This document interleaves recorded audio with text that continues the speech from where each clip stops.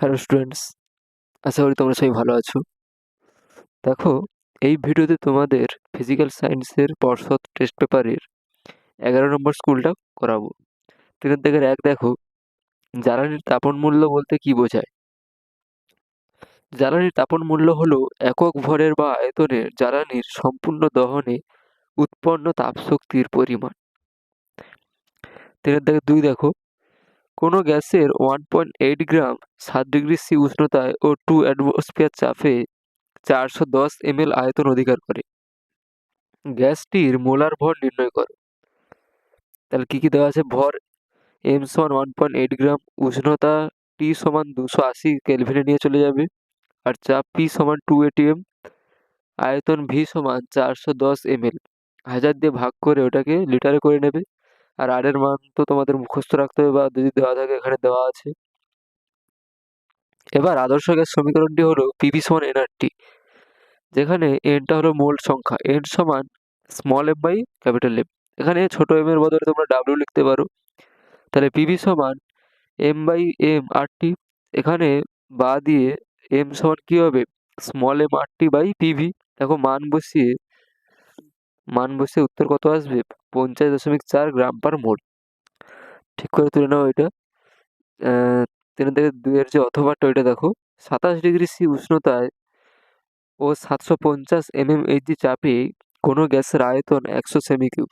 কোন তাপমাত্রায় 700 mmHg চাপে গ্যাসটির আয়তন 1400 সেমি কিউব হবে? দেখো, মানগুলো দেখে নাও। T1 সমান 300 কেলভিন করে নেবে, P1 সমান 750 mmHg, V1 সমান 1000 সেমি কিউব। এবার T2টা তোমাকে বার করতে হবে। P2 সমান 700 mmHg, V2 সমান 1400 সেমি কিউব। এবার সূত্রটা কি? P1 V1/T1 সমান P2 V2/T2। সেখান থেকে T2 সমান কি পাবে? P2 V2/T1/P1 V1। মান বসিয়ে দিলে দেখো, কাটাকাটি করে উত্তরটা আসবে 392 কেলভিন। তাহলে সেইটা তোমাদের ডিগ্রি সিতে রূপান্তর করে দেবে। তাহলে T2 সমান 392 মাইনাস 273 সমান 119 ডিগ্রি সি।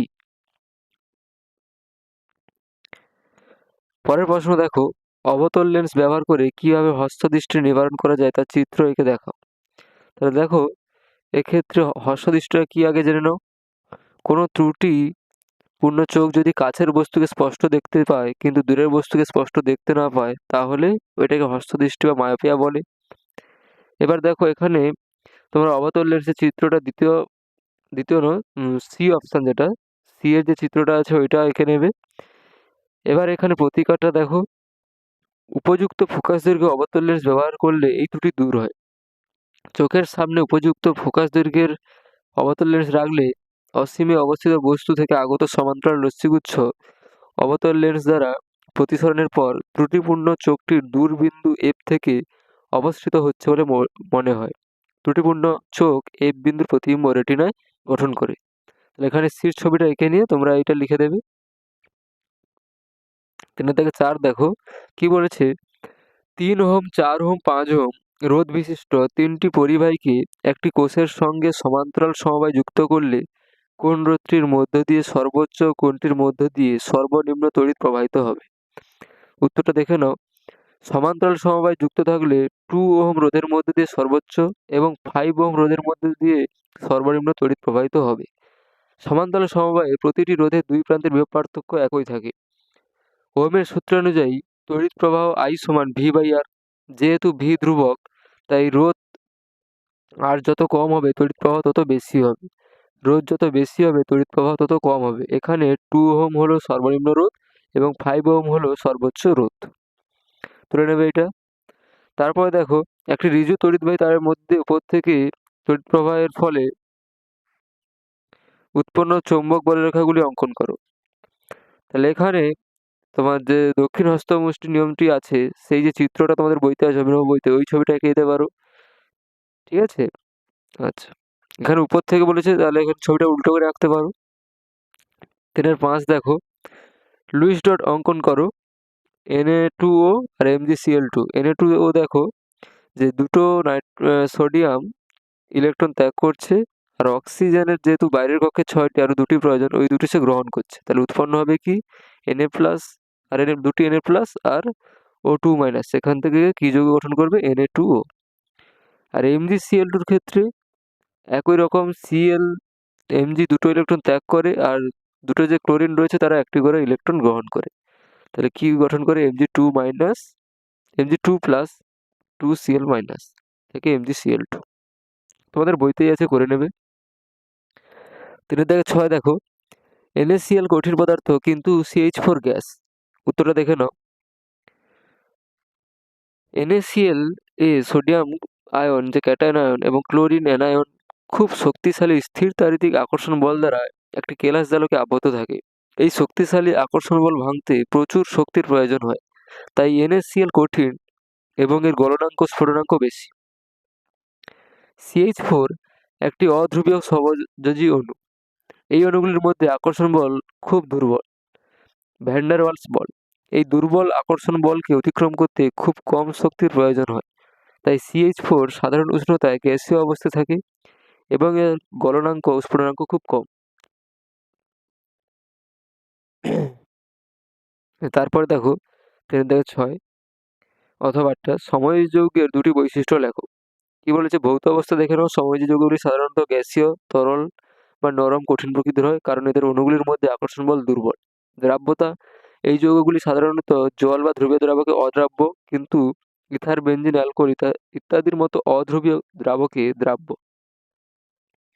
তড়িৎ পরিবাহিতা, সমযোজী যৌগগুলি সাধারণত গলিত বা দ্রবীভূত অবস্থায় তড়িৎ পরিবহন করে না, কারণ এদের মধ্যে কোনো মুক্তায়ন থাকে না। 3-7 দেখো, উপযুক্ত রাসায়নিক বিক্রিয়ার সাহায্যে দেখাও যে অ্যামোনিয়া একটি বিজারক পদার্থ। দেখে নাও, অ্যামোনিয়া কিছু ধাতব অক্সাইডকে বিজারিত করে ধাতুতে পরিণত করে। যেমন উত্তপ্ত কিউপ্রিক অক্সাইডের ওপর দিয়ে অ্যামোনিয়া গ্যাস চালনা করলে কিউপ্রিক অক্সাইড বিজারিত হয়ে তামা বা কপার ধাতুতে পরিণত হয় এবং অ্যামোনিয়া জারিত হয়ে নাইট্রোজেন গ্যাসে পরিণত হয়। বিক্রিয়াটি হলো 3CuO প্লাস 2NH3 থেকে 3Cu plus N2 plus 3H2O। এখানে CuO থেকে অক্সিজেন বেরিয়ে যাওয়ায় এটি বিজারিত হলো এবং NH3 অক্সিজেন গ্যাস গ্রহণ করায় জারিত হলো। যেহেতু অ্যামোনিয়া অন্য পদার্থকে বিজারিত করে, তাই এটি একটি বিজারক পদার্থ। তুলে নেবে তোমরা ঠিক করে। 3-7 দেখো, অথবাটা H2S এ সালফার আছে কিভাবে প্রমাণ করবে।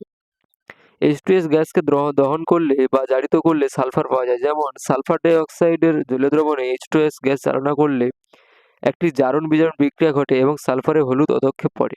বিক্রিয়াটি দেখো, 2H2S প্লাস SO2 থেকে 3S প্লাস 2H2O।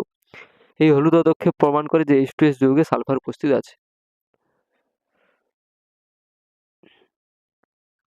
পরের প্রশ্ন 3-8, জিঙ্ক ব্লেন্ডকে জিঙ্কের খনিজ এবং আকরিক দুই বলা হয় কেন? দেখো, প্রকৃতিতে যে কোনো ধাতু খনিজ আকারে অবস্থান করে এবং যেসব খনিজ পদার্থ থেকে সংশ্লিষ্ট ধাতু সহজে এবং কম খরচে নিষ্কাশন করা যায় তাকে ওই ধাতুর আকরিক বলে। প্রকৃতিতে Zn ধাতু জিঙ্ক ব্লেন্ড যৌগরূপে অবস্থান করায় জিঙ্ক ব্লেন্ডকে Zn এর খনিজ বলে। আবার জিঙ্ক ব্লেন্ড খনিজ থেকে সহজে এবং অল্প খরচে জিঙ্ক ধাতু নিষ্কাশন করা যায় বলে জিঙ্ক ব্লেন্ডকে জিঙ্ক ধাতুর আকরিকও বলে। অথবাটা দেখো, সংকর ধাতু ব্যবহারের সুবিধা কি কি? দেখো, বলছে কি, কঠোরতা বৃদ্ধি। বিশুদ্ধ ধাতুর তুলনায় সংকর ধাতুগুলি সাধারণত বেশি কঠিন এবং শক্তিশালী হয়। যেমন বিশুদ্ধ লোহা নরম, কিন্তু ইস্পাত অনেক কঠিন। ক্ষয় প্রতিরোধ ক্ষমতা, সংকর ধাতুগুলি সাধারণত বিশুদ্ধ ধাতুর তুলনায় কম সক্রিয় হয় এবং এদের ক্ষয় বা মরিচা ধরার ক্ষমতা কম থাকে। যেমন স্টেনলেস স্টিলে সহজে মরিচা পড়ে না। আচ্ছা, 3-9 দেখো, লিন্ডলার অনুঘটক কি, এর একটি ব্যবহার লেখো। দেখো, লিন্ডলার অনুঘটক হলো প্যালাডিয়াম যুক্ত একটি অনুঘটক যা বেরিয়াম সালফেট বা কুইনোলিন দ্বারা বিষাক্ত করা থাকে। এটি মূলত আংশিক হাইড্রোজেনেশনের জন্য ব্যবহৃত হয়। তুলে নেবে, আরেকটা ব্যবহার তোমাদের আছে, সেটা তুলে নিতে পারো। 4-1 দেখো, চার্লসের সূত্র থেকে পরম শূন্য তাপমাত্রার সংজ্ঞা প্রতিষ্ঠা করো।